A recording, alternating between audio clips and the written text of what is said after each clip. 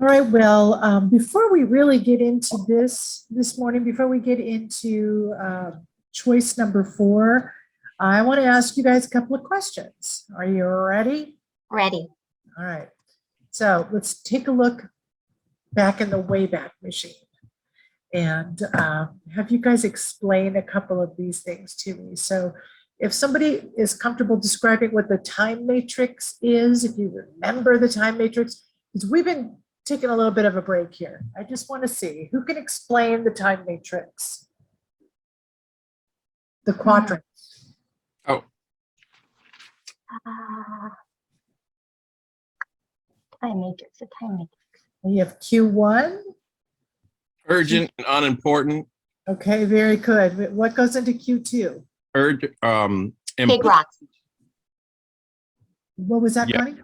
And like important. the big rocks, the stuff that, Oh. yeah. Sorry, Michael, didn't mean to interrupt. That's okay. Used to it. What about Q3? Does anybody remember what Q3 is? I see it Yeah. here, distraction. Good, good. Okay, good. Procrastination, right. And what about Q4? Q4 is the ones,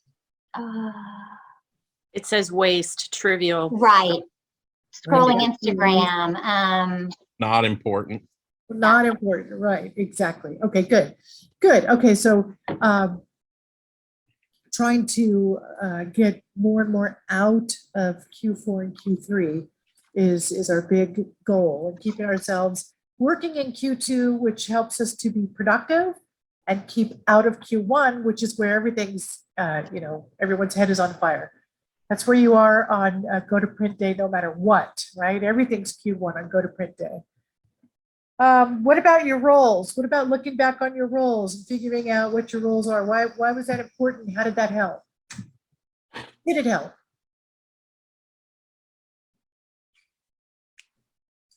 Was anyone able to define their roles a little better for themselves and give any extra attention in certain areas?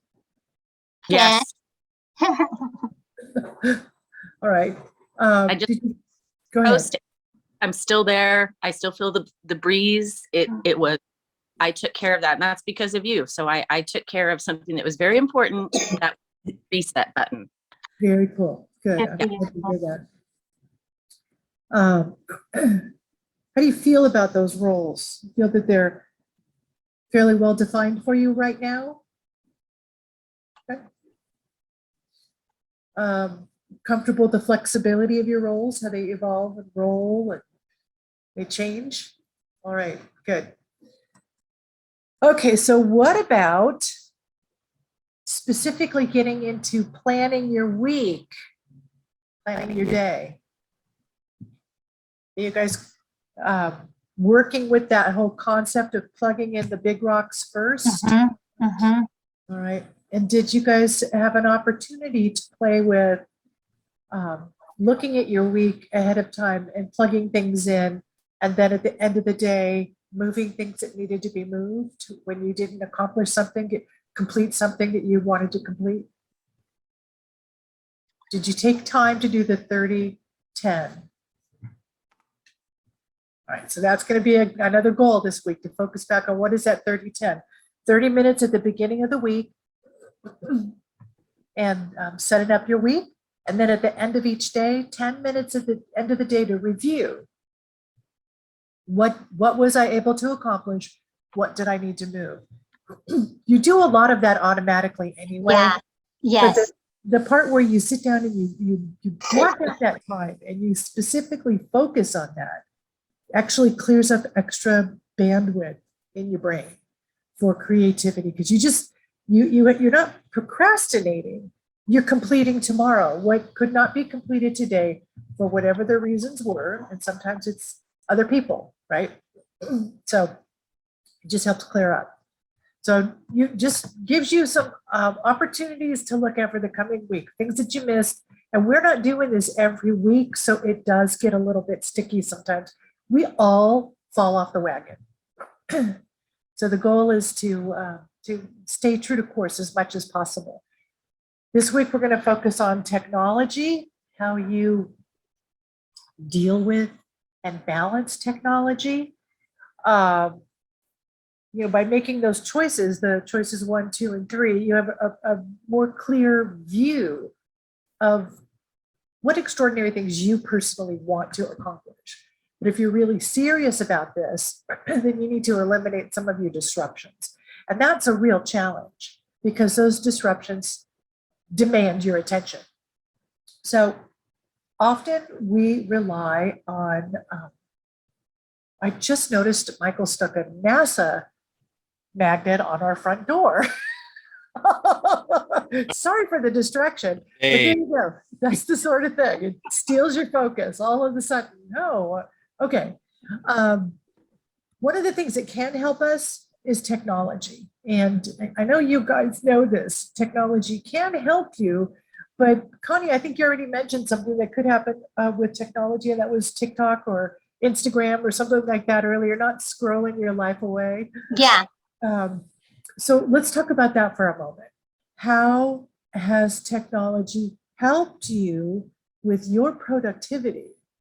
And what do you think, like in that instance of the scrolling, what do you think might be detrimental or addictive about technology? Do you find technology addictive? Let's just talk about these topics here for a moment. So how do you use technology, or do you use any technology at all to help you with your productivity? What do you use? I mean, technology in general, like working Yeah. on that. I mean, Technology in general. well, we couldn't do this job if we didn't have technology. I mean, the way we're set up as marketing consultants, because we pretty much, that's how we do it. I mean, that's how we communicate. Right. Okay. Magazine manager, emailing, Okay. all of that kind of stuff.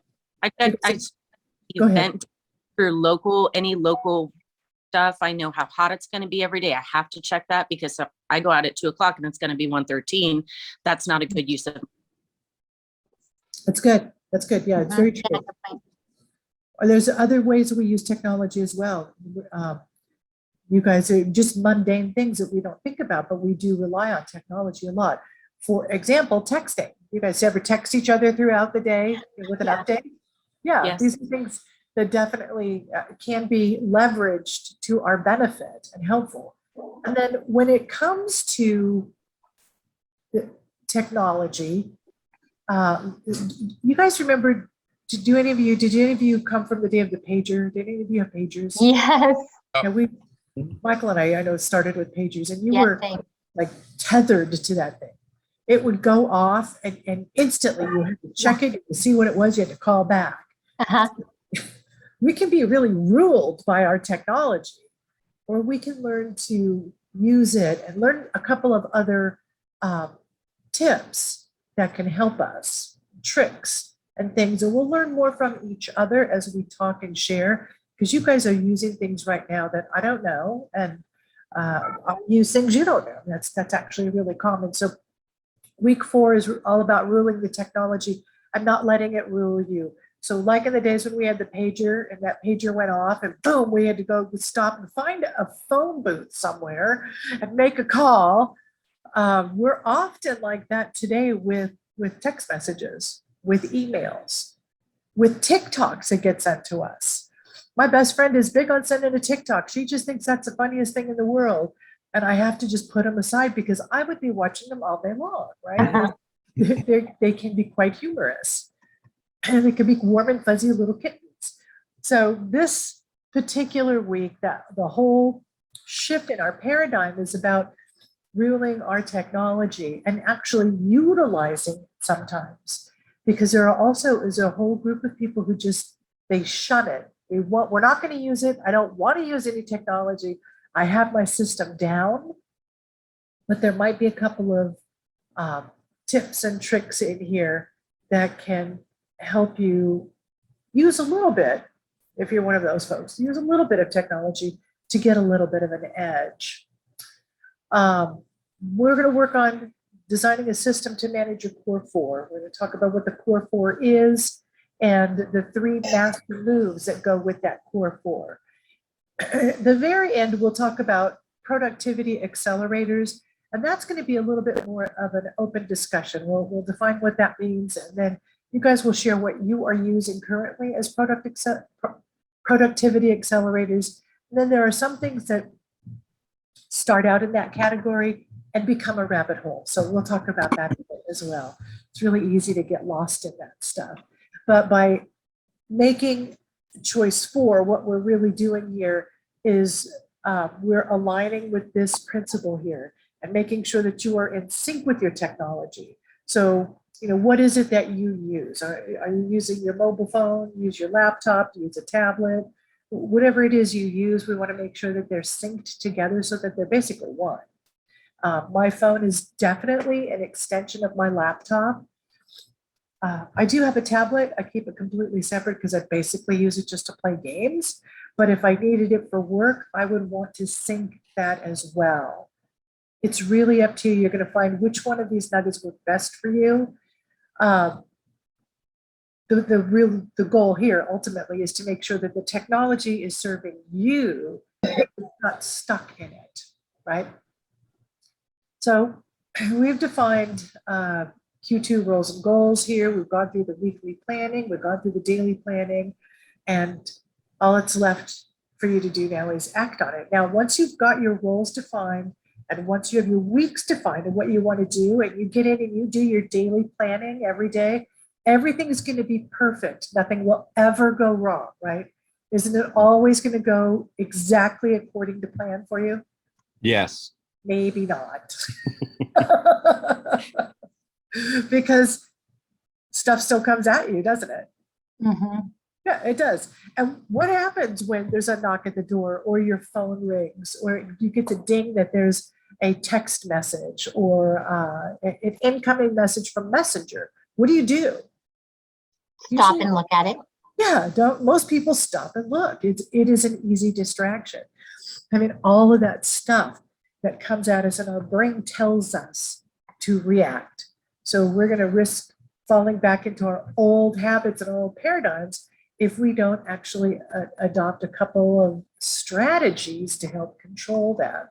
So the most important thing, and you guys have heard me talk about this in a couple of different ways, is that moment where you have the space, the power of the pause. So that moment where something comes at you, you have to stop. It's so hard. It is so hard because it buzzes and you want to pick it up. And you have to think to yourself, do I need to pick that up right now? Is this important? You have to stop and clarify to yourself, is this critical at this moment that I pick that up? That's a tough, hard rule. And it is a habit choice that is not easy to stay on top of. Michael, you are bursting at the seams to say something, aren't you? Nope. Oh, Not okay. listening. You just look like you are. No. So this map here really helps us look at that process as the components that need to go into making that decision. Now, you're not going to stop every single time the phone buzzes and think, does this relate to my Q2 roles and goals? Is it imperative to my weekly planning that I pick this phone up? But you will become more aware this week in that moment when the phone rings, when the text buzzes, when you get that little ding that there's a new pin on Pinterest for you, whatever it happens to be, you become conscious this week because you're going to think about it this week. Do I need to look at that right now? Do you look at it, recognize what it is, and then, okay, I'll check that later. Yeah, that can be dangerous sometimes, though. It can be. And I brought this up in a sales meeting just a couple days ago with Michael. It's like because of these, I've been really trying to stop. I was saying to Michael in the sales meeting that it's like, you go into a sales call, you come out, first thing you do, what? You look at your emails, especially right now with the deadline. And it's like, I'm trying really hard to, finish what I'm doing. But then if you put it aside, sometimes you forget, especially if it's a text, it's a tough one. yeah. So there's a couple things that you can do to help you with that. If you've decided that You're not going to respond to any text messages while you're in a meeting. How long is that meeting usually? Maybe it's, it's going to be about an hour. Set your timer on your phone for an hour from now, or whatever time you think it's going to be. Let the timer go off. And when the timer goes off, it reminds you to check those things. You could do something like that. If you have a static meeting, you can just plug that right into your calendar. After this meeting that always ends at 10:30, 10:45, I'll check my stuff. So you can program, and that's a part where you're getting your technology to assist you, because now you have a reminder to go and do those things that are technologically based that normally control you. So just a thought there. And you guys are going to come up with other ideas. I share a lot of things that come up in this class that aren't actually in the text of the class itself, because the ideas that come from us are so much better. They're much more workable in what we really do. So that was an idea. Checking your phone for emails and texts. Now you're doing the quadrant assignments also. So on September 6th, you're scanning for ads and accounts. So anything like that, you would answer right away. There's no reason to put that off. If it's a text from an account, might be an order or an email. But if it's your gambling site or your something that can wait, it's not a big rock, and you leave that for later. So that's where that also comes in to me, is you're scanning with this in mind. Yep. So we're not encouraging you at all to say, there's a text from Disappearing Act and they want to place a double page spread, but I'm not answering texts right now, so I'll put it away till later. That ain't gonna happen. Right. So that's where you take that moment and you really do have to make a decision. If it's important, well, yes, of course you're going to take it. But if it's important and you're in the middle of some sort of important sales meeting where you guys can't get out because it really is critical at deadline, you can just pause for a moment and text them back or say, I'll call you right back. But if it's an important thing, like Michael just said, and you need to get back to them because it is a 2-page spread, you probably could tell Michael, I need to take this. Yeah. It's Disappearing Act. I'll be right back.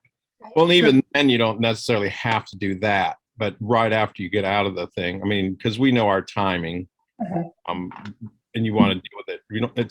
We're not selling heart valves or anything, or war materials or anything that has to be dealt with immediately unless it's really, really close to deadline. But I think for what happens is, as we practice these things that Grace is teaching us, that will start to just automatically happen. You'll start thinking, if you start thinking in these terms, then you automatically think, okay, this is what I'm going to give priority to.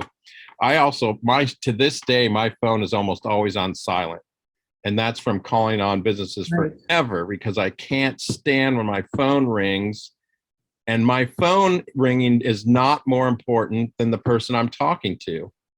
That I grew up in a corporate culture where that was the case. I could be in someone's office talking to them and that phone would ring and they'd pick the phone up and I was invisible. So I vowed I would never do that. Right. So I still to this day forget to ever make my phone ring, or even, it vibrates, but I actually miss a lot of calls because I don't have it ringing because of that whole thing. So that's why you don't answer my calls. No, yours is a choice. That's a cue for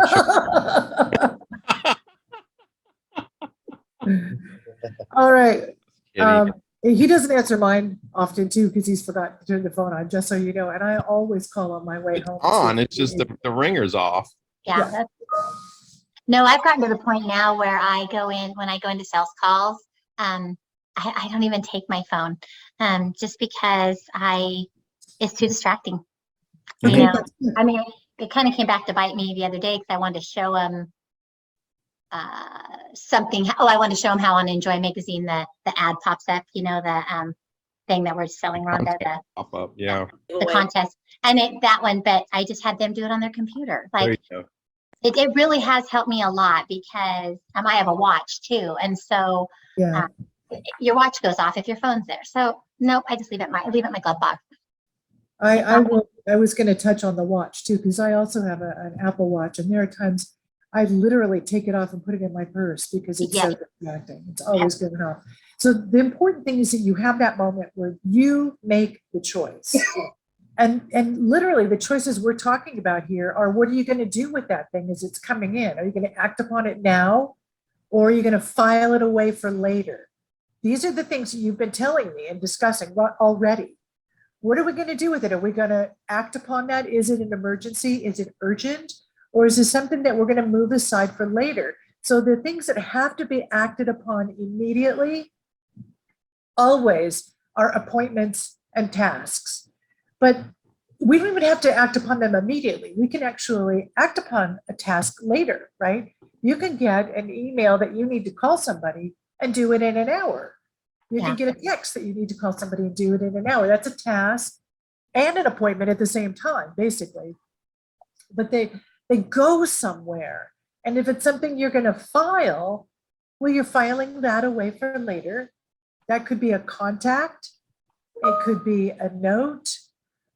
Could be stuff that you have that is regarding your sales, whether that's price sheets or activities or leads. Any of those things can be things that you actually file, and you're going to get to them in a little bit. You will get to those later in the day when you're doing your organizing or whatever is appropriate for that specific thing. So then, as you have this stuff that's coming at you, and you look at things that have to be acted upon, those are going to go into your calendar right away. They go right into your weekly and daily Q2 planning. So something that needs to be acted upon, let's go back with disappearing, disappearing act as the example. Disappearing act sends you a text. They want somebody to come by with a mock-up of their ad. I'm just flinging it here. They want somebody to come by with a mock-up of their ad tomorrow. Okay, so put that down. You know you're going to have to do that tomorrow. And as you get into your planning, as you're planning your day, you put that down. You maybe call them, define your time, whatever it is you need to do, but you put that onto your calendar immediately.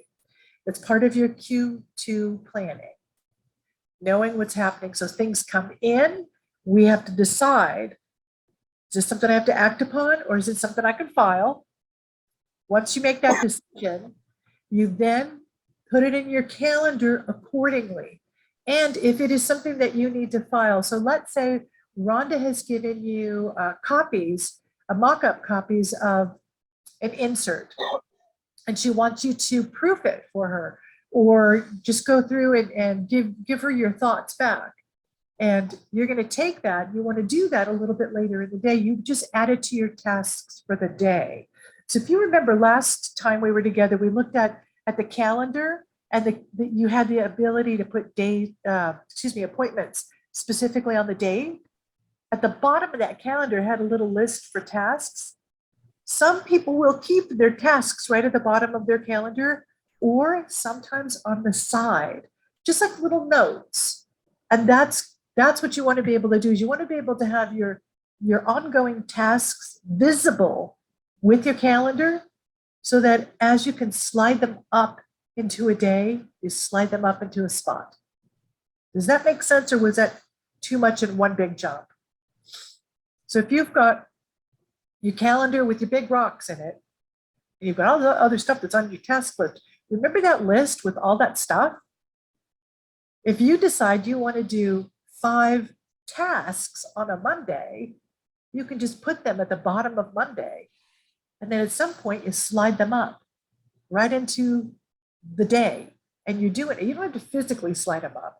Just check them off as you do them even. But you've got 5 of your tasks that you want to do on Monday, but you also have your big things you need to do. You're doing those big things in the allotted time slot that they have. Those other tasks that you have can fill in the other space. And you could just check them off or scratch them off, slide them up right onto the calendar, whatever works for you. I will often slide them up into my calendar, But on days when I'm really busy, I just check them off. Because you're having a really productive day, I don't even want to take time to slide up. I'm moving. At the end of the day, I check everything off. But you've got your big rocks locked in. And then your tasks are things that you want to do, but nobody's going to die if you don't have them done within that time slot. They can move to the next day. Does that make sense? Okay.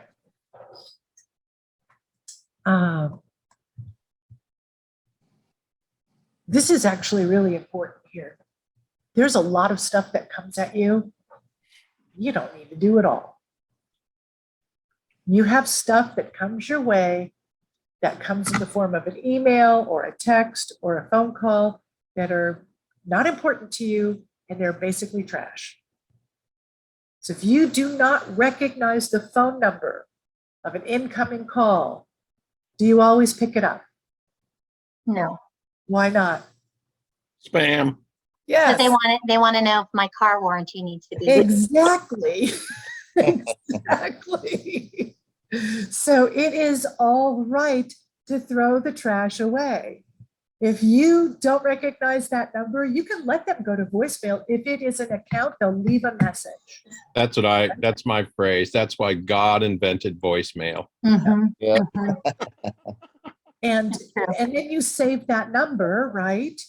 Again, utilizing your technology to be advantageous to you, you save that number with that account's name. So the next time they call, you know that it's them.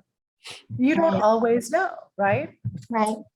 Especially if it's somebody calling you for the first time, or if it's one of your accounts calling on their personal phone. You just don't always know. So these are important things.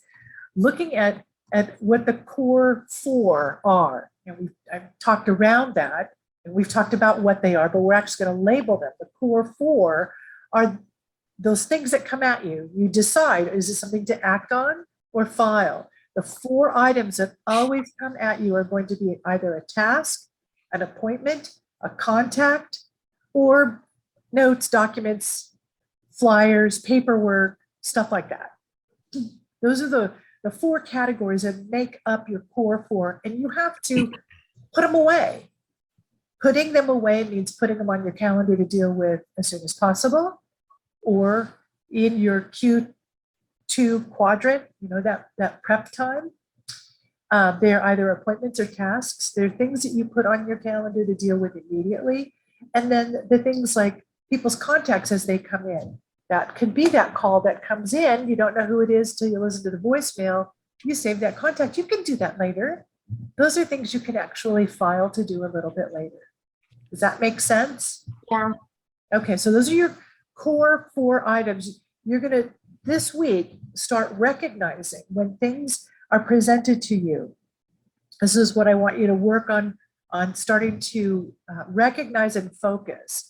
As something comes at you, what is that? Take that moment to pause. Is this something that I need to act upon right away? Is it a task that I need to do? Those two things are going to go onto my calendar. Is it something I can file away for later? Could be a contact, could be a lead. Contacts go and leads, they go together. Could it be something I need to review? So recognize what things are and then do the appropriate thing with them. What needs to be done with each of these things? That is going to make a huge difference in your time management when it comes to the actual nuts and bolts of time management. But then also, how do you keep track of everything? Are you fully paper? Yep. That's me. Old guy, get off my lawn, all paper. Yeah. Okay. So with being all paper, do you keep everything in one place? Yep. You have to. You have to keep everything in one place. And this is where it gets really tricky. I do utilize all my electronics. I keep some paper as well, but I keep all of my organization stuff, really all my my planning and all my Q2 stuff I need to keep on my calendar because I'll have Post-its everywhere. I will have Post-its everywhere. And Post-its are made to get lost. They're made to run out of their stickums and just fall off and get lost. So with that in mind, you can use paper. You can. And the old school, Franklin Covey way was all on paper. Mhm. But Michael, in your calendar, forgive me, I'm going to use you as an example here. On your calendar, do you have calendar day, and do you also have a section on the side or on the bottom of that calendar for notes, for tasks? I did. I recently moved to this one page for everything deal. Uh-huh. So what I do is I do see my tasks and I do see my big rocks, but I highlight the big rocks in like yellow. What's the most important things I need to do today? You do that every day? Yeah. Yeah. And yesterday I spent the half an hour planning out my week. I'd have to do that to reduce anxiety. Same. I start freaking out when I start thinking about everything I've got to do. And the only way to get rid of it is to plan everything out for the week and look at look at the time matrix, what's important, what's urgent, and then what's a task, what's a big deal. And like this meeting here is a Q2 deal. Yeah. I would obviously have to book that in, but there's other things I'm doing today that are listed as tasks. And one of the things that I do know that you do, Michael, because I just had to off of his computer or off of his calendar and put it on mine to sync them because he's using paper and I'm using electronics. I can't sync to that paper unless I do it manually, right? So that's an important thing. We talked about this, I think the last time we talked, where you can go in and color code your big rocks. He's doing it on paper with a highlighter. It's the same thing. And it works. It's a really good, important habit to make sure that you can just quickly look at, okay, this cannot be moved. I can't move that. But I might be able to fudge this one to 15 minutes if I have to. Just gives you the ability to be able to do that. So if you're doing this on paper, you want to be able to keep it all in one place. If it were a notebook like this one here, my suggestion would be to mark off the bottom 3 or 4 lines. And those are always the ongoing notes that need to travel with you. If your calendar were in the above part of that notebook, does that make sense? I'm describing a visual, which is not always good.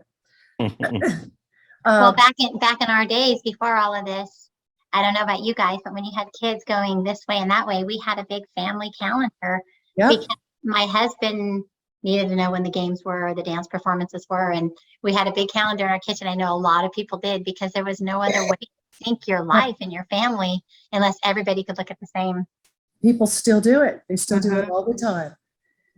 So it's easy when it's digital. It's easier when it's digital. It's not easy. It is easier when it's digital to be able to sync everything up if you have the same programs, which of course is required.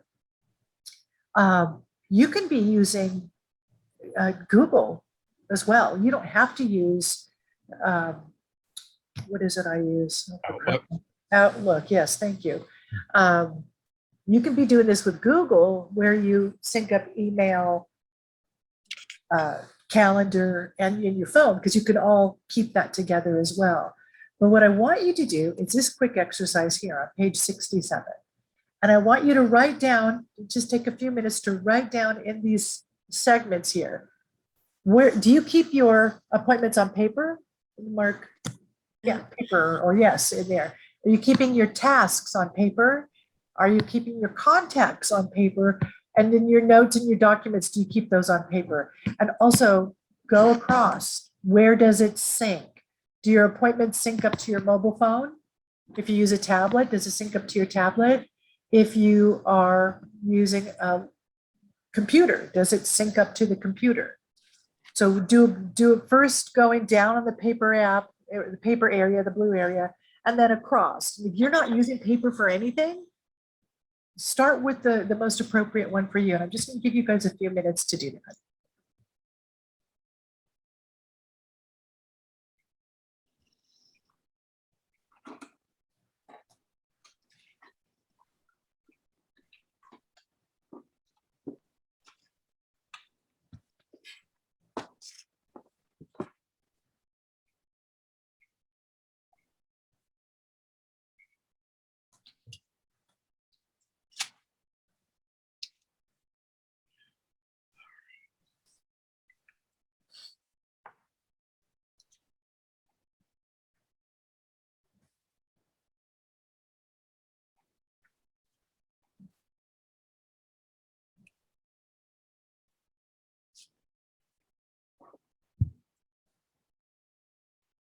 I don't really use paper. I just use my phone and my Just use computer. your electronics? Okay. Yeah. I I'm use pretty- paper to take notes for minutes when I'm at a board meeting, but that's about it. Exactly the same way, Rhonda. I keep everything on my computer or my phone or whatnot because they all sync up. And I And- take notes when I'm in meetings. Yeah. And then I also send reminders to myself. So I get reminded on some of the big things. So, Outlook calendar. I'm just curious, do any of you use I've never, I just use it for email. And if I need a reminder, I'll put it in my iPhone calendar. And I'm sure they're two completely different things. yes. Now, do you have, so let's see here. You have an iPhone and you use what other calendar? Just my iPhone. If I need to make an appointment, I stick it in there. It's at the date. If I want a reminder an hour before, or usually a day before, so that I remember to do something before that, because there's always something I need to remember. Do I need to bring a notebook? And, but I don't use I use Outlook obviously for emails, but not for task reminders. And I just wondered if I found it a lot easier. I don't know. I do, but I keep everything in Outlook. I have Outlook on my phone. So you can, if you have Outlook, you can download the Outlook app on your phone. I just stopped using my Google Calendar and my Apple Calendar. I just went with one to sync it all up into one calendar. And that's really where we're going with this. Some of the things that we're going to talk about, you already do. That's excellent. Some of the things that we talk about are going to reinforce something that you do. That's good. Sometimes it's a new idea. So going back to having one calendar for everything and syncing it all up. I always use the example of being a hairdresser, but mom is the same thing, dad's the same thing. If you have two different calendars in two different places. So this one is my personal calendar over here. Here's my work calendar over there. If you don't sync them up into one calendar, there's always a possibility of overlap. And as a hairstylist, if I had two separate calendars, I was always going to make a mistake. So I keep every single thing on one calendar.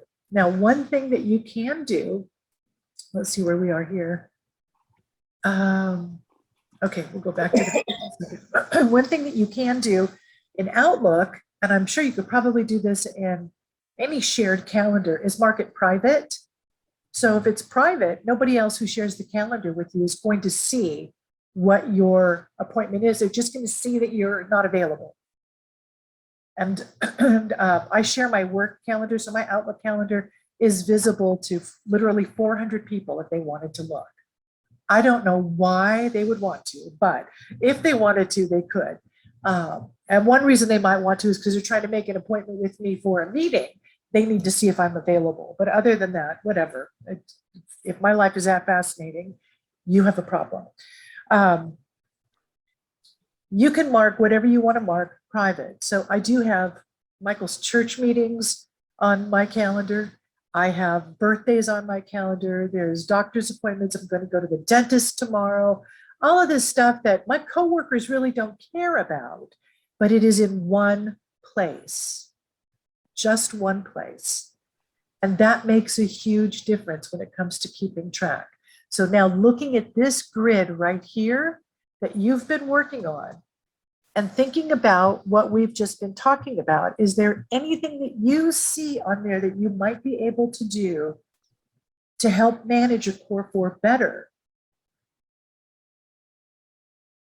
Oh, yeah, I can see right away, because this is what I have, and you guys won't like it. I do it in 2 places. Yep. So that one move right there where you consolidate everything might be the biggest change you need in terms of productivity. So you're not flipping through pages all the time in this book and in that book and in the other book as well. I just had one of my ambassadors call me the other day, and she doesn't know, she's one of the original 8, and we're a 14-year-old company. She is the top tier. and she's gone back into building her business again. She needs to remember how to prospect. And she called me the other day to ask how to keep track of her prospecting and her prospects, because she's got 5 different spiral notebooks in front of her. And she writes down everyone's name in one, her first contact with them in another, and then in the third, I'm like on and on. I was just like, why do you have all these books with all this stuff? We need to manage that one contact in one spot. So having all of your information in one place can really change the dynamic. Post-its are a part of our lives. We will always need them and we will always use them, but you can't rely on them to keep you organized in a long-term fashion. Make sense? Mhm. All right. Okay. What's the system you're going to design for yourself to manage your 4 cores? Right? Those 4 things that come in. You have these emails that come in. How do you manage your emails? Let's just start with emails only. Handle them.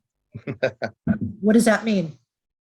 If I have emails, I have unfinished business. So the way I look at emails is it's just a form of communication, getting something done. If I have to save one for documentation and proof, I have customer confirmations, just to make sure you have proof that that transaction happened.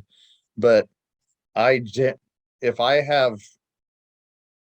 rarely have more than my junk email may load up to about 20 and I clear them out. But my general emails, like right now, I probably have 3 or 4 in my box. I'll get more, when ads come or whatever. But my point is I handle them and get rid of them.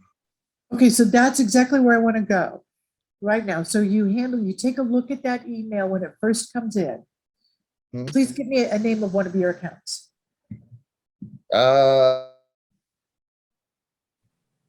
Downrange Chico. Outreach?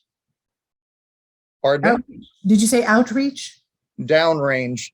Downrange. Downrange in Chico. All right, so Downrange has just sent you an email that says in the body, running 15 minutes late. Uh-huh. Okay, so you see that first. What do you do with that email immediately? Well, if I'm it's no different than my phone. I would look at it, see if it has any value, if it's important, if it's going to change anything, and then move on. Okay, I'm so a little, yeah, go ahead. that's the point right there. You're taking a moment and you're deciding, right? You pause, take that moment, recognize what it is, and decide, do I need to deal with this now? Or do I need to file it for later? Yeah. And if you're on your way to see them and they're running 15 minutes late, that's obviously not super urgent unless you've got somebody else backed up right after them. So then you have to make that decision. Am I going to deal with this right now and then right back? And then what's funny is this is something I learned as a Yellow Page rep to maximize time management, and also as a manager in the past. I rarely have appointments. I can jokingly but seriously tell you, it seems I probably have only 5 real appointments a year. Most everything is done in a handling process, and I do use legal pad. So here's where I want to start my day. Here's where I want to make sure I stop and pick up some Okay. All right. So you're not parts if I can. Those give me joy. And then as I'm rolling my legal pads, I'm already planning for tomorrow. right. So So you're that's kind not, of how it works. that's great, because you're not as locked in with specific timeframes, but there are some Exactly. things that are going to be there that you can't move. So you're working around those. But as Right. you have, Connie, as you have an email come into you, and you have, let's say you have 3 different emails that have just come in. And one is from Time Warner, and it's an ad. I wish, yes, please. Yeah, it's an ad, not an ad that they want to buy. It's an ad that they want you to buy. So they're advertising to you to purchase an app or something. And Okay. then you have one that's from a family member, and you have one that is from an account. 3 emails that are in front of you. What do you do when you first look at those? Actually, that's funny that you asked that because a couple of the texts that will happen to me are family members, and I'll say, "Oh, I can deal with that later." And then 2 days later, I get a text and it's like, "Are you okay?"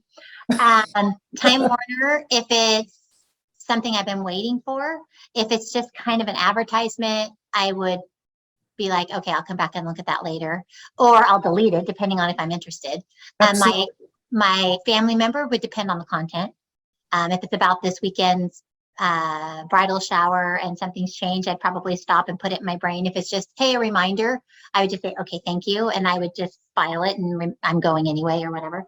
And then my account, that's where it would depend on where we are and what needs to happen. Like right now, I have 2 that are in there. One's about a billing problem that I need to get him on the phone and explain to him what's going on.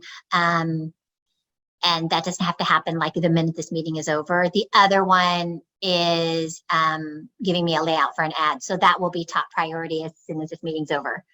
Perfect, perfect. That's what you really need to do with text messages, emails, whatever it is, the phone calls. You take that moment and you figure out, I either need to respond to this now or I'm going to file it for later. And that's your very first step. And there are some things that can help you do these things quicker. I'm going to switch over here. You guys, if you want to take a 5-minute break and take a restroom break, go ahead. I'm going to switch over to sharing my Google Calendar with you because I think that might be more applicable to the group as a whole. I do work out of Outlook. It's the same basic rules. I want to just show you a couple of tricks.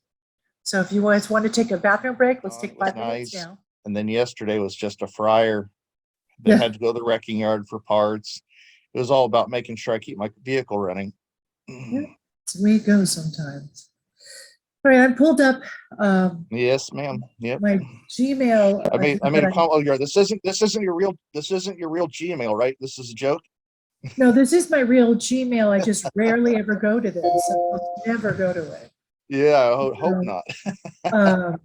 So it's actually a really good example to use for some productivity tools because I literally go to this when Michael tells me he has sent me something. That's pretty much the only time I look at this particular email now because I always have my work email going. With that in mind, I want to know as a group, do you guys know about creating labels or folders? I would call these folders normally. You guys know how to create a folder for your emails? Mhm. Okay, Mhm. so I'll do one real quickly. Let's say this is, I'm just going to go ahead and give it Enjoy as the name.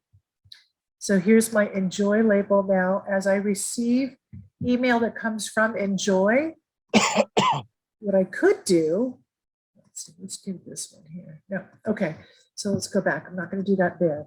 So let's say I have this design company that sends me graphic designs all the time. I'm going to open this email, and this is how it works in Google.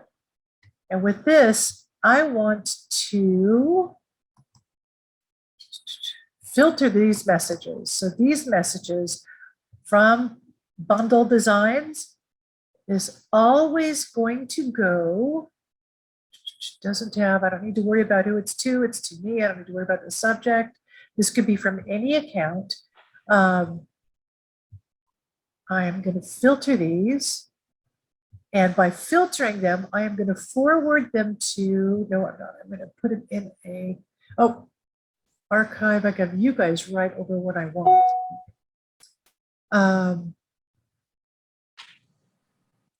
Here we go. Filter, create filter. You know how to apply the label? There Oh, you I'm go. applying the label. There we go. Thank you. I'm looking for my folder because I'm used to the folders. Okay, so I'm going to go to apply to label. And there's a drop-down menu here that lets me pick my label. That's always going to go to Enjoy. So from now on, whenever emails come in from that particular company or entity, they will go right into that mailbox. So they'll always be here as they come in. So the reason you might want to do that is because you have, how many clients do you guys have? Let's say you have Not enough. 100, yeah, right, not enough. But in the accounts that you have, if you create their folder for all emails that come and go with them, you have one place for all records, right? They always are going to go there. You can filter them to go into that mailbox before you answer them. You can also filter them to go into that mailbox after you answer them. There's all different ways that you can do it. Another thing you could probably do, let's try it with this one. I'll take my CNN here. See if I can just drag it over. Yeah, so you just drag and drop. That's what I do all the time in Outlook. So Jennifer, you're probably very familiar with the drag and drop because you can just drag it over. That's a pretty darn cool thing. Well, one of the other things that I noticed here in the Gmail is if you open it up, there's a little clock up here. I don't want to really read this until tomorrow. Use it. Now it's going to come back tomorrow. Or let's go to this LinkedIn one. I'm going to open this LinkedIn. If it's spam, you want to mark it as spam right away. Things that are just junk, mark them as junk right away and get rid of them. You can create a rule where that particular email always goes immediately to junk. You don't need to see it. That could clear out 50% of your emails. If you're somebody like, go ahead, Say Jennifer. first, do you have like I suppose if I researched, I could find like, here's all this stuff that Outlook does now that similarly the Gmail does, like this? Absolutely. So the other thing I was going to say, Jennifer, if you want to call me later in the day when you have an opportunity, I'll pull up my Outlook because I do this all the time. And you can easily, they're very, very similar. The icons are in a different place here and they look slightly different, but it's real easy. I'm happy to walk you through that through Outlook as well. You may have things that you want to move. So as you read this is a LinkedIn. Maybe I move this to my LinkedIn folder. If I click this move to icon here, it's just going to pop up all of my folders. So LinkedIn is about work. Stephen Paul is a salon. I'm just going to move it there for the sake of that today. I would normally have labels or files in Outlook, we call them files, that I have created over here for each individual that I work with. Definitely each department or account that I have. And the other thing that really works well, if you look here where it says tax info, and then below that is Adobe Premium, you can nest things underneath a topic. The way that I would recommend doing that is you have up here a label or a folder that's called accounts. Oops. So with accounts, I'm going to, with you guys again, create that one. Now, I know who Matthew Cook is, but we are going to take Matthew Cook and we are now going to create a new place to put Matthew. And we're going to put him into labels. We're going to put him under, what did I just create? Enjoy. Here we go. I want to create him, put him into, is this going to go under, you guys again? That's going to label it enjoy. Oh, it's going to label it enjoy. You're absolutely right. What I want to do is go back to that. Let's do this again. You want to label it accounts and then sub-label it enjoy. Under enjoy, right? Oh, I think you're right. Absolutely. I think you're absolutely right. We're going to do that. We're going to go to accounts. Thank you, Michael. Walk me through this. And I wonder if I could just, no, I could do this with Outlook. So we're going to just grab accounts and move it to enjoy. And let's see what happens there. No, it didn't do it. With Outlook, we could just drag it and drop it and it would go right there. So let's go back to accounts again.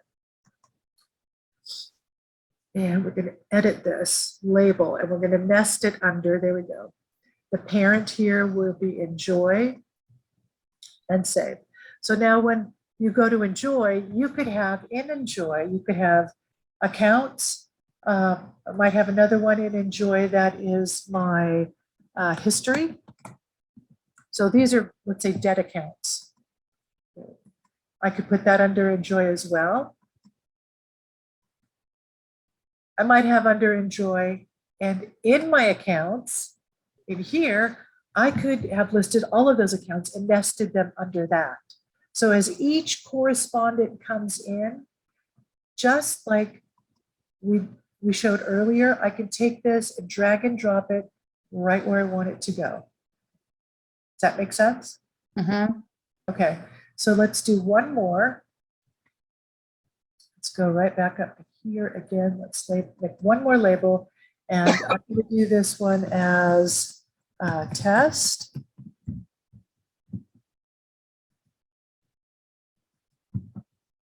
And I'm going to go down here to enjoy. I'm going to click accounts and I'm going to create. And now under my accounts, I have in that folder my first account, which I just labeled test. So let's say test is sending me emails. That's all nested under accounts, under enjoy. Mhm. It helps clean it up. I can create a rule where as the emails come in from that particular company, they automatically filter there.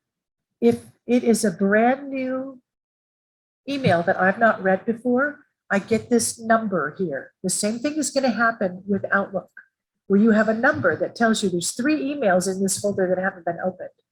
So that could be one way to help you keep your emails clean and be able to see, I need to go look at this. I use this all the time for periodicals. Because I'm in sales and because I come from originally in this company being in HR, I have every HR periodical in the world that gets sent to me via email and all the sales magazine strategy stuff. I will filter all of those out immediately into one folder as they come in. I have them programmed with the email so that as they come in, they're programmed to be filtered right directly into that folder. There are 3 different magazines that I will subscribe to at work. Most of them are just junk. I could choose to just make that as it comes in.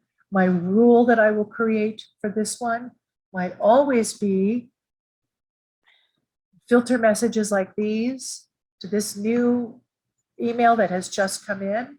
My filter for this one might always be to directly delete it.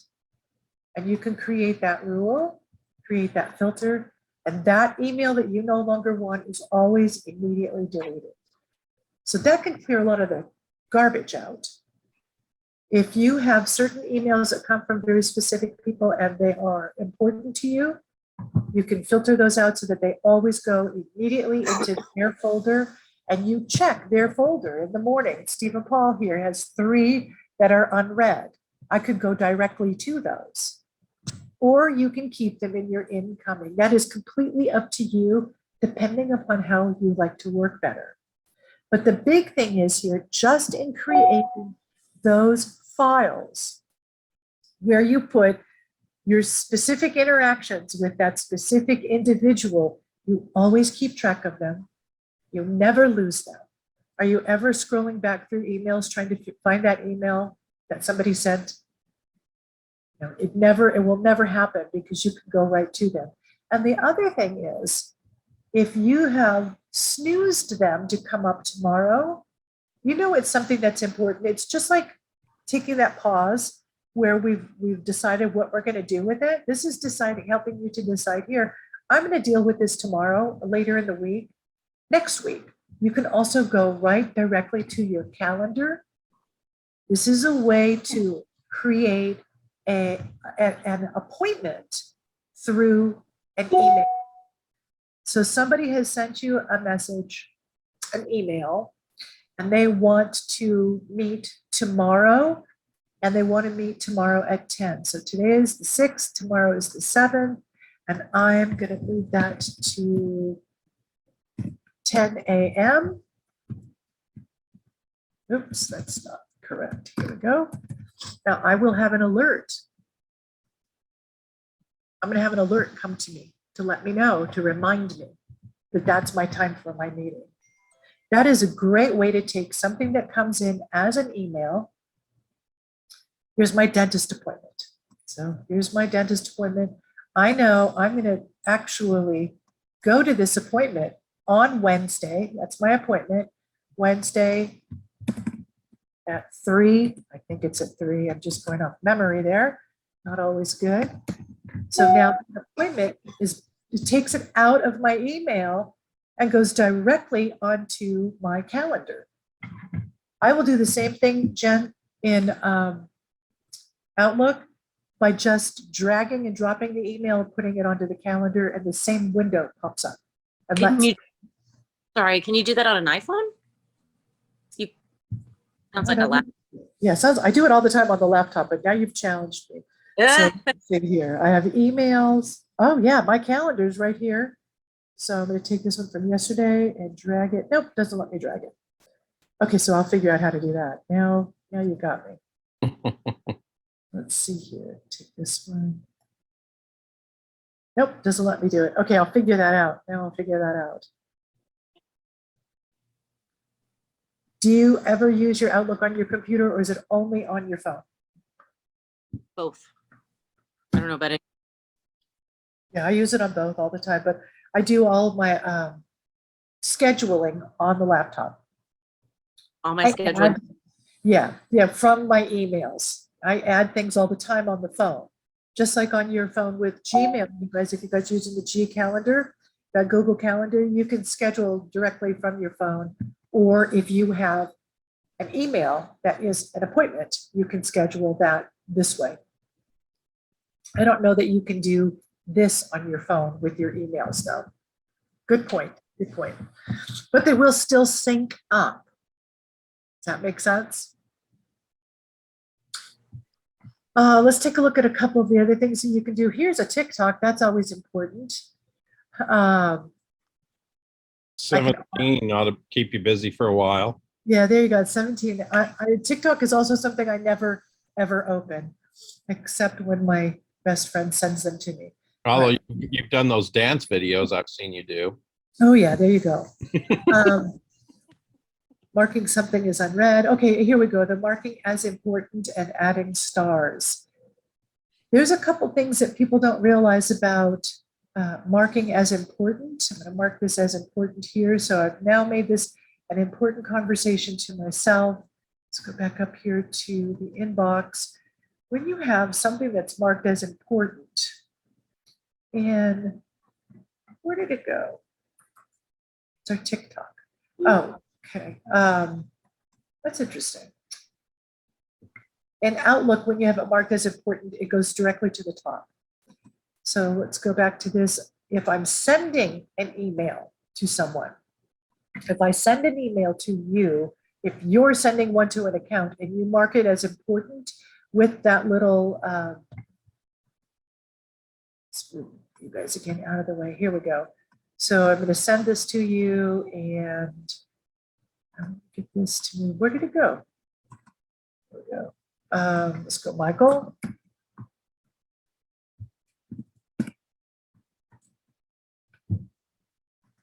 Send this to Michael, and let's make this big so I can see what I'm doing here. Move us over to the side, and then down below here, I have a few different things that I can use. Oh, I can make this confidential.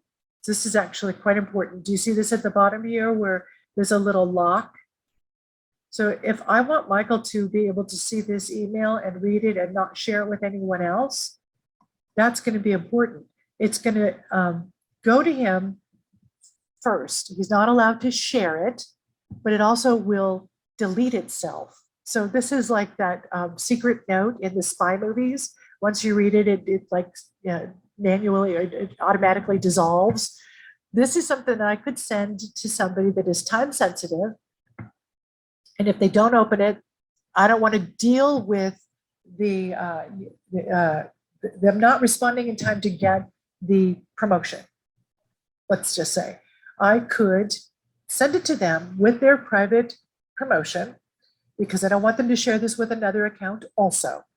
And I also could give it a 48-hour time limit. If they don't open it and read it, it goes away, it disappears. If they don't respond, it's going to disappear because that offer is only good for 48 hours and it's only good for them. So that's an important little trick and tip that you could add in here. I don't know that you have to do that often, but it's always fun to know there's different things you can do. Alrighty, so in here, as I'm sending this to Michael, okay, you guys, it's Cornball. Send him this email and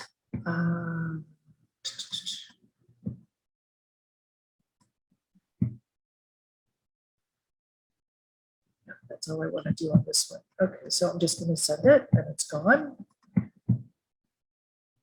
That's the last one. All right, so what I was looking for in this one and that I don't see in this one that you do have in Outlook is if I put the exclamation point on it that says that it's important, it will always go to the top of their emails. I don't see that feature in Google. A lot of them are quite transferable, but that one doesn't seem to be in here as well. So it gives you some good stuff to do. When it comes to managing your emails, you need to find the thing that is the best system for you. You have over here with Gmail, you have this label with things that are snoozed.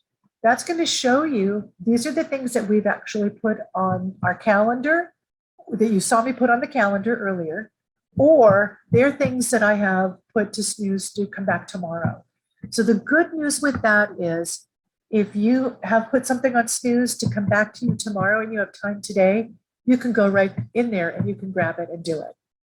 So it makes that easier for you. On the far side over here, you have your calendar. So when you pull your Google Calendar up, it will show you, there we go, what you've put on here for the day. Obviously, I don't use this calendar. I use my Outlook calendar, but the same thing would be there. It would also show you what appointments have been scheduled throughout the week on this calendar that you've put in. So it gives you one place to keep everything organized. You also have a task tab here in Google. And when you click on task, you can load in your tasks. I took one email that we had from the newspaper and I moved it over, maybe it was CNN, I moved it over to my task list as opposed to my calendar. Once I'm done with that, I can mark it as complete and it goes away. So it's another way for you to take an email that is really a task and move it over to your task list. So again, you're organizing, you're taking that moment to decide, is this something I need to do now? Do I put it on my calendar? Is it a task? Where does it go? It helps to keep your emails clean as well, cleaned out as well. All right, you guys good? Yeah. Did you find one tip in there that you could maybe utilize? No, I think it's great. I was just trying to, we do so much on our phone that I was trying to figure out how to do it as successful on your phone. Do you know what I'm saying? Like, Works great on your phone. You can, you know me and my technical savvy, Michael. Yeah. when it comes to doing these things on your phone, you can add calendar or add items into your calendar on your phone all the time. Michael, do you use the Google Calendar on your phone or the Outlook calendar? I use it on my laptop. Okay. The calendars, all that stuff you just did, I do it on my laptop. I answer emails and look at them on my phone, but I hardly ever do any filing. So do you, like, when something came in, I guess we can talk about this offline, Michael, but like when you, Shasta College, let's just use that as an example. Every time something would come in, would you put it into a file or no? Yeah, I've got hundreds of files on all this stuff over years. Yeah. Interesting. Yeah. The one thing is when I have to work with Michelle, she either they're doing last month's, okay? And it needs to go to Michelle, there needs to be a change. It comes back from Michelle to me, to the customer. They need to proof it, get it back to me. And so there's this do. It's very, and so in my brain, I've already trained myself not to file these, but in my brain, if it says that company name, I know Michelle's in there. And then I can go do and look at, see, okay, was this proved? Are we good to go? And I'll stick it in my notes on my phone. I've done it kind of in a roundabout way, but it's similar to this. So I know I have more research to do, but if it's just coming from that company, I need to have Michelle's linked in there. Do you know what I mean? And I'm sure you. Yes. Yeah, what I always did with those is automatically label those emails with the name of the account. So Okay. my Yeah, inbox, that's what I would do. so my inbox this time of the month would have 20, 30 emails with all of the, whatever she's working on. So it wouldn't be that many because a lot of them are submitted, but they would be labeled. And then I would use my tracking sheet that I use to keep track of that. And then once all the proofing was done and they approved it, then I would file all that away and then mark on my tracking sheet that it was done. I Just- see. So there's a couple things, just like Michael just said, you could do with that. You could have, so let's say Cox Communications is one of your accounts. I can create my label for Cox and my Cox label. Create new. Oh, no, that's wrong. No, that is right. And I want to nest this under Enjoy, right, under my accounts.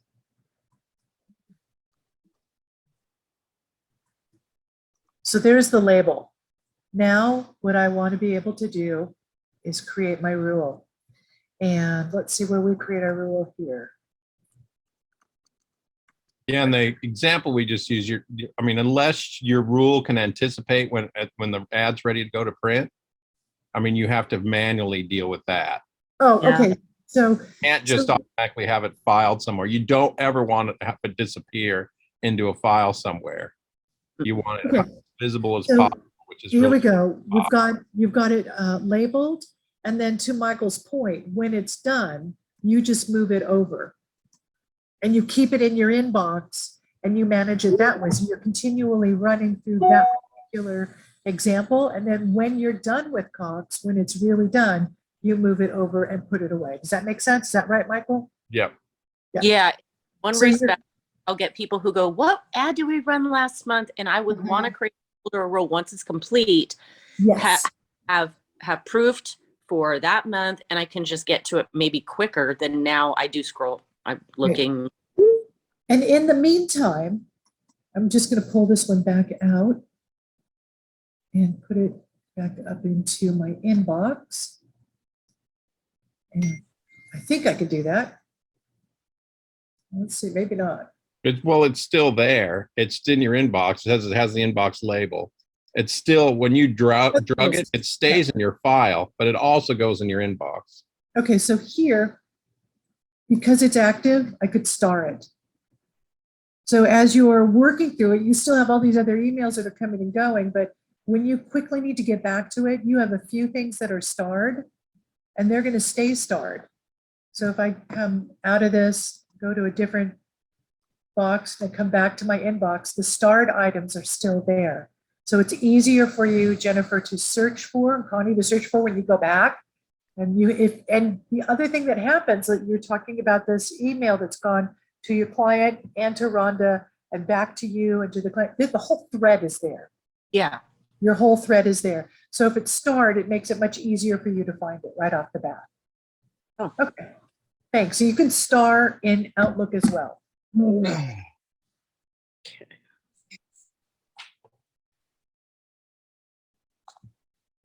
So these are things that are called productivity accelerators, because you filter these things over into their own file, or you get rid of them.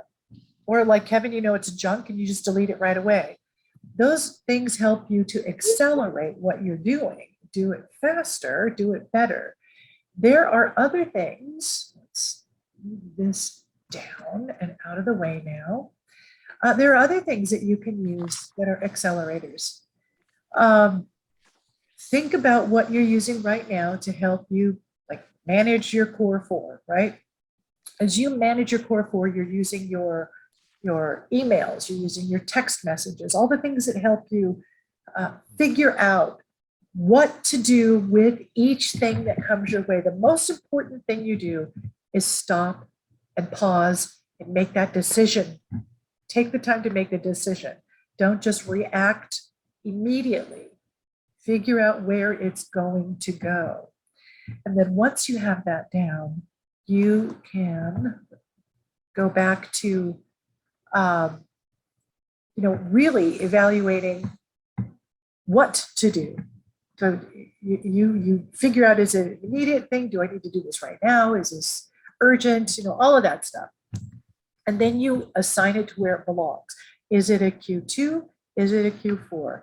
And I get plenty of Q4 that comes in my email every freaking day.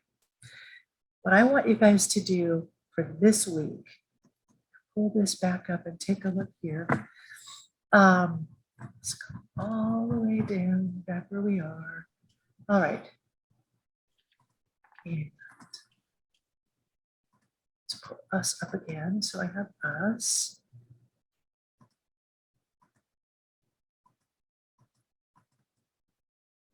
Hello. Oh. All right. Did you have a question? No, I'm just realizing something. I'm thinking ahead for our sales meeting. And anyway, go ahead. You're fine. So what I want you to do is I want you to get in and play with those things that we talked about, whether it's in Outlook or it's in Google, whatever mail system you use, Gmail, your calendar, and design your own system to manage that core four. It's basically the same for everyone. You're going to take a look at it. You're going to figure out, what are you going to do with it now? Do you need to file it away? Are you going to act on it immediately? Where does it belong, right? Just go back to that one. Is it a task or an appointment? Is it a contact? Is it notes? Is it information you need to save? So you're going to figure those things out with your emails and your text messages that are coming in this week. And then design your system around that, whether it's Outlook. And Jen, like I said, Jennifer, if you want, you call me later, we'll pull up Outlook, we'll do it together. It's really easy, and it's actually, I think, a little more malleable than Google, but Google has some different things that are good to use as well. So they're both good, they're just different. But after you figure that out, I want you then to figure out what are you going to do? What will you do? And then how are you going to make your 3 master moves? Are you going to put it on your calendar? Are you going to put it on your task list? Or are you going to delete it? Those are your 3 things you can do. You put it on the books, save it for later, or you throw it away. And I want you to take a look at some options that you have out there that are accelerators for you. I want you to look at what you're using right now that you think is an accelerator and figure out if it really is. So let's talk about that for just a moment. Do you use any apps besides Google or Outlook? Do you use any apps to help you with any tracking or client maintenance? Use the Magazine Manager app. Okay, so there's Magazine Manager. Are you guys using anything else? I use the free notes app, and I make one for every month, knowing 2 weeks prior who's going to be due, the due date, have they submitted, have they not, and I have their name, have I emailed them that date, and once it's proofed, I put proofed, and then I keep going up and down my list. It's it's probably not as productive as it could be, but I use that. That's the apps, the note apps on the phone, your iPhone? Is that correct? Yeah. Yeah, that's a great app. I use that all the time too. One thing you can use your notes app for are standard replies. You can put, let's say you have somebody that you want to respond to them. I will get that quote to you within 24 hours. Let's say that's a standard reply. You could put that into your notes. And when someone emails you and asks you for a quote, you can go right to your notes, copy that, and paste it in the reply. And it can be quicker than typing it out each time. Does that make sense? Ah, Yes. Standard replies for specific things. Save them in your notes on your phone and cut and paste. Hmm.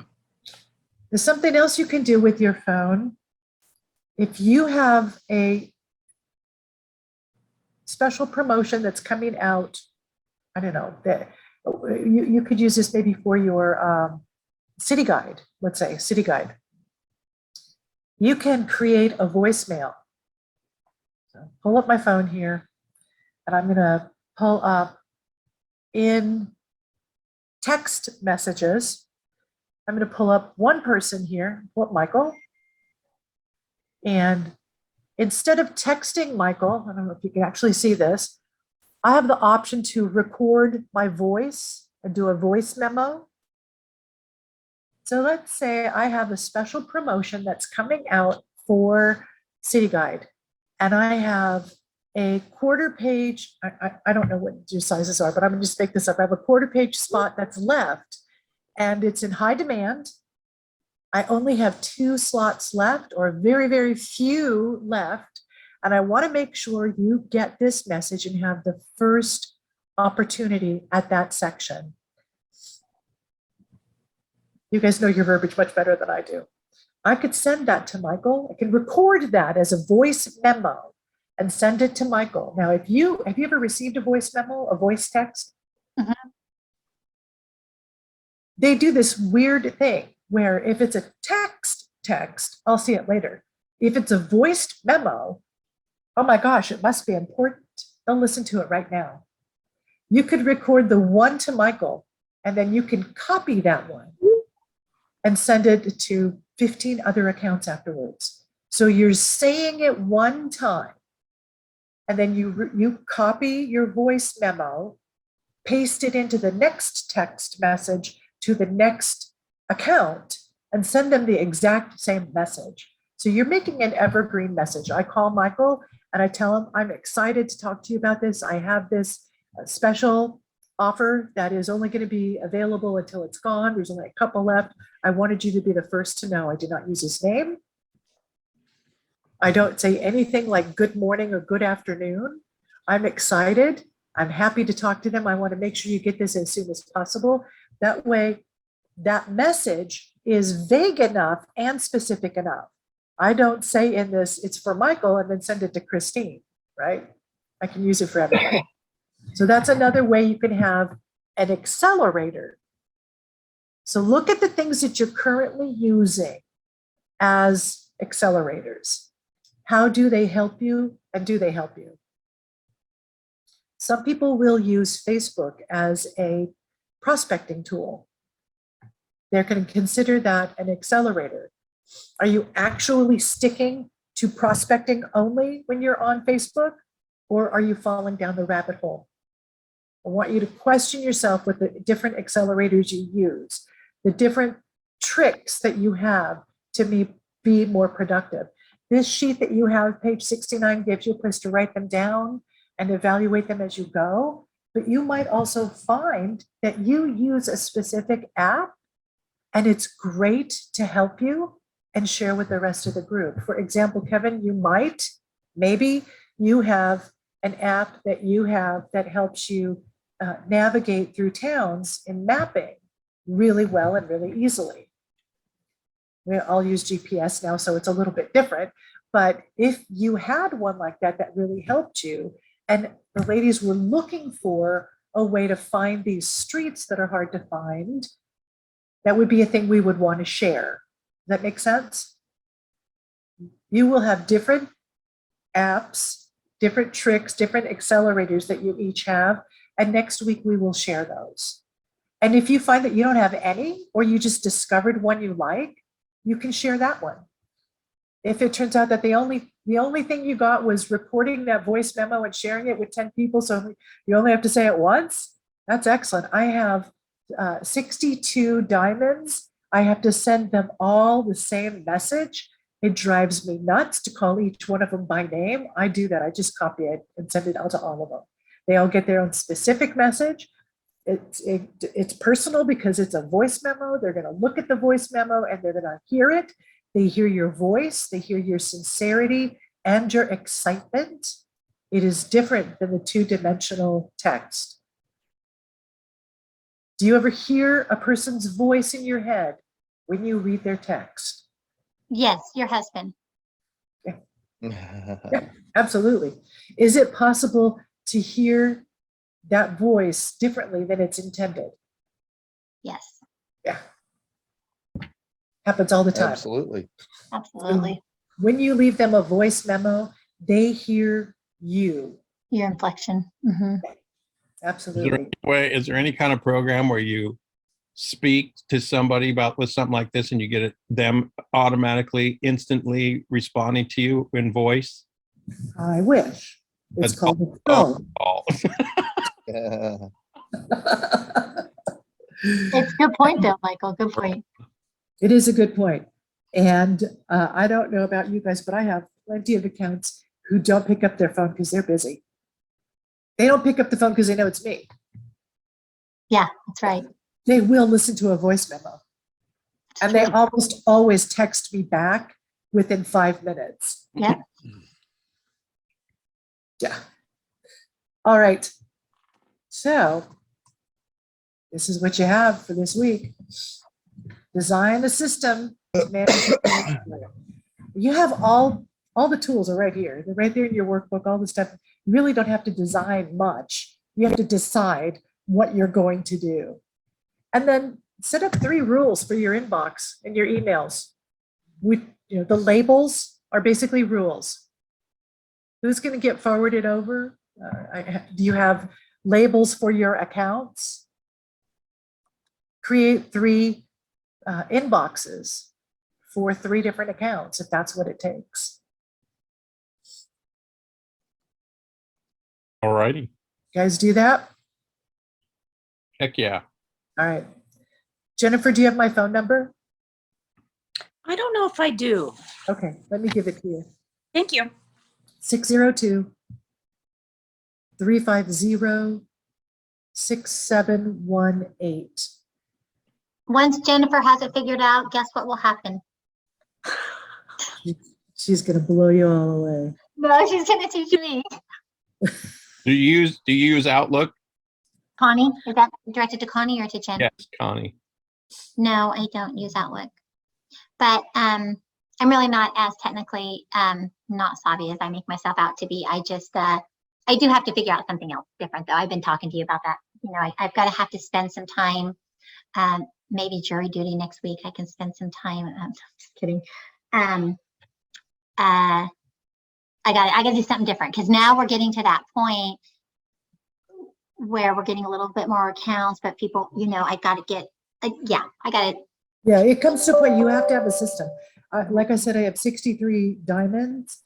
The next tier down are the sapphires. I think I have that's a smaller group. Maybe there's 36 of them. The next group down, the emeralds, is about 150. And then when I get to the rubies, the next tier lower than that, there's about 450. If I didn't have a system to keep them organized, there's no way I could keep up with the communication. There's just no way. Right. And even when it comes to using social media as an accelerator, I have a special communication page for my diamonds and one for my rubies, one for my emeralds, and one for my sapphires as well. So I even have a certain channel for each of them on social media because they get different information. So all these things that are out there for us to utilize, they can become overwhelming and a crutch. If you keep it all on paper, you have to make sure you keep it in one place and you have a place to go to for that. And Michael has a system down. Kevin's probably working with paper as well. You have a system where it's in one place. That color coding could be the trick that helps you. You color code all the enjoy meetings in one color, and then all of your client meetings with one specific color, your top 5 or your top 10 clients with a different color, something like that. So we whatever works in your brain and it helps you. And I think this is actually a really important point. These are all great ideas, but you will relate to the things that light you up more than somebody else will react to that same thing. So we look at all the components of creating a system, and you pick the best ones for you that work the best way for you. Again, when it comes to me with the 30-10 rule, 30 minutes Friday evening, I organize my upcoming week. Michael, when do you spend your 30 minutes? Is that at the beginning of the week? Yeah. Yeah. It's all up to you. You have the 30 minutes to plan your week. What's best for you? Doing it the end of the week for the coming week, or doing it at the beginning of the week? Neither one of those are wrong. They're both right for us individually. And that's what you're going to do with the components of creating these systems. You know, you have to take a look and make a decision.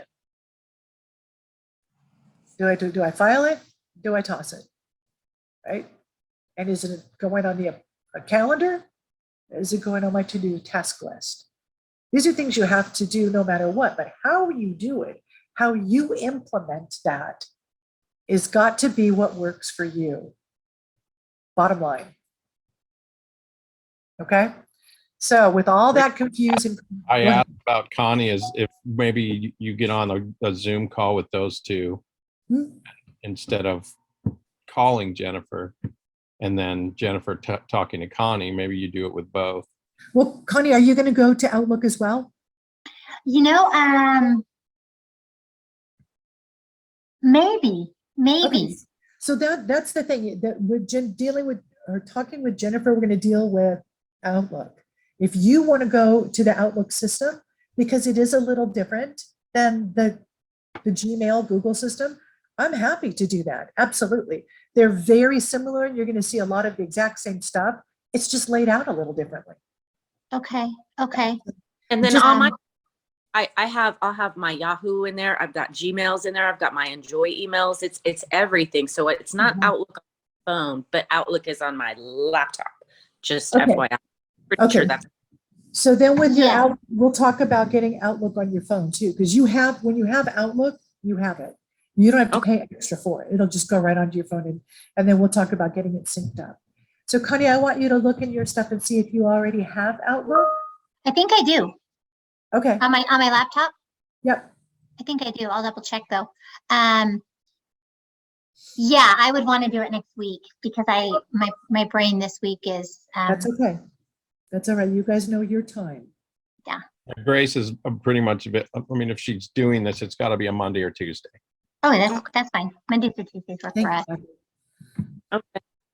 All right. Very cool. I'm happy to help. Thanks, Wait, Grace. So what is Are your we- homework this week, you guys? What's your homework?